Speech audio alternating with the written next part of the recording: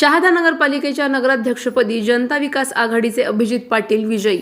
शहादा नगरपालिका निवडणुकीत नगराध्यक्षपदासाठी झालेल्या चुरशीच्या लढतीत जनता विकास आघाडीचे उमेदवार अभिजित पाटील यांनी 1041 मतांच्या फरकाने दणदणीत विजय मिळवला आहे। निवडणूक निकालानुसार अभिजित पाटील यांना एकूण 18,798 मते मिळाली, तर त्यांचे प्रतिस्पर्धी मकरंद पाटील यांना 17,758 मते प्राप्त झाली। मतमोजणी दरम्यान दोन्ही उमेदवारांमध्ये चुरस पाहायला मिळाली, मात्र अखेरीस जनता विकास आघाडीने बाजी मारली। दरम्यान शहादा नगरपालिकेतील 29 नगरसेवकांच्या जागांपैकी भारतीय जनता पार्टीने 20 जागांवर विजय मिळवत बहुमत सिद्ध केले आहे, तर जनता विकास आघाडीला 9 जागा मिळाल्या आहेत। नगराध्यक्षपदी अभिजित पाटील यांच्या विजयानंतर त्यांच्या समर्थकांनी शहरात जल्लोष केला।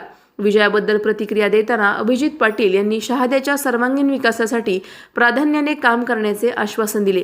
या निवडणूक निकालामुळे शहादा शहराच्या राजकारणात नवे समीकरण निर्माण झाले असून आगामी काळात नगरपालिकेच्या कारभाराकडे सर्वांचे लक्ष लागले आहे।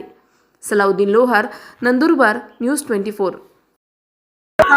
जिल्ह्यातला पहिला निकाल लागला आहे। भारतच्या आणि जिल्ह्यातला पहिला आपण जे निवडून आले आहेत, काय सांगता? निश्चितपणे सर्व शहादेकर मतदार बंधू भगिनींचे मी मनापासून आभार व्यक्त करतो। खरं तर आमच्यासाठी हा निकाल थोडा अनपेक्षित आहे। 20 पेक्षा अधिक नगरसेवक निवडून यायला हवे, ते अशी आमची सुरुवातीपासूनची रणनीती होती, परंतु मतदारांनी काही फरकाने आमचे नगरसेवकांना मागे ठेवलं।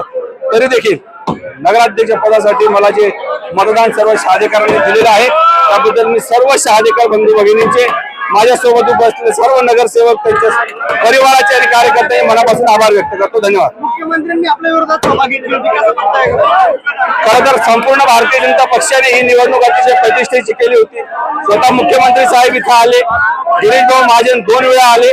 संपूर्ण भारतीय जनता पक्षाची मशिनरी एकीकडे असताना देखील शहादेकरांनी जो आमच्यावर विश्वास टाकलेला आहे, त्याच्यासाठी निश्चितपणे त्यांच्या ज्या आशीर्वाद आम्हाला मिळाला आहे त्याला आम्ही बांधील राहू आणि जास्तीत जास्त शहाद्याचे काम करण्यासाठी आम्ही प्रतिबद्ध राहू। धन्यवाद। अशाच घडामोडींचा आढावा घेण्यासाठी आजच आपले YouTube चॅनलला सबस्क्राईब करा।